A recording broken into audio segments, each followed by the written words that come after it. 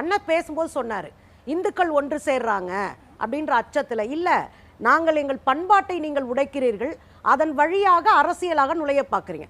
என்ன பண்பாடுன்னு கேட்பீங்க. முருக வழிபாடே ஆடுகளை அறுத்து பலியிட்டு நாங்கள் திணை அரிசியில் அந்த ரத்தத்தை தோய்த்து சமைத்து உண்பது தான் தமிழர் பண்பாடு. முருக வழிபாடே அப்படிதான், சங்க இலக்கியத்தில் நீங்கள் எடுக்கலாம். அப்போ நீங்கள் அதே மலையில் போய் தான் தீர்த்தம் தொளிச்சு சுத்தப்படுத்துறீங்க, சிக்கந்தர் மலைன்னு சொல்லி. நான் திருப்பரங்குன்றத்தில் பிறந்து வளர்ந்தவ, நாங்கள் ஒருபோதும் அது திருப்பரங்குன்றம் தான் சொல்லியிருக்க முடியும், சிக்கந்தர் மலைன்னு சொன்னதில்லை. இவங்கெல்லாம் சொன்ன பிறகுதான் அங்கே அப்படி ஒரு மலை இருக்கும் அப்படின்றதே ஊருக்கு தெரிஞ்சிருக்கு. ஸோ இவங்க பண்பாட்டு படையெடுப்பு. நீங்கள் வந்து எங்கள் ஆடு கோழி வெட்டுறதை தடைப்படணும்னு நினைக்கிறீங்க, எங்கள் வழிபாட்டு முறையை உடைக்கணும்னு நினைக்கிறீங்க, எங்கள் பண்பாட்டு கூறுகளை உடைத்து பொது பண்பாட்டை நிறுவ பார்க்குறீங்க. அது வந்து பொதுவாக அதில் என்ன தப்பு? எல்லாரும் ஒன்றுன்றது பேசுறது சரிதான். ஒரே ஒரு கேள்விதான் சுந்தரவள்ளி. தமிழ்நாடு அரசாங்கம் பழனியில் ஒரு முருகர் மாநாடு நடத்துகிறாங்க, மதுரையில் இவங்க நடத்துறதுல உங்களுக்கு என்ன சிக்கல் வருது?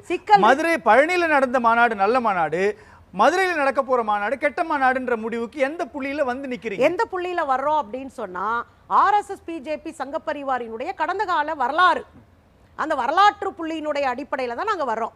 இதே பிப்ரவரி மாதம் இதே திருப்பரங்குன்றத்தில் போய் நின்று இங்கே திருப்பரங்குன்றத்தை மீண்டும் ஒரு அயோத்தியாக மாற்றுவோம் அப்படின்னு எச் ராஜா பேசியிருக்கிறார்.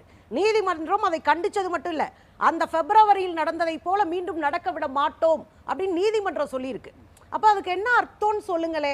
நீங்கள் அயோத்தியில் கோவில் மசூதி இடிச்சிங்க, அயோத்தியில் படுகொலை நடந்தது, நீங்கள் திருப்பரங்குன்றத்தை அப்படி மாற்றுவோம்ன்றீங்க.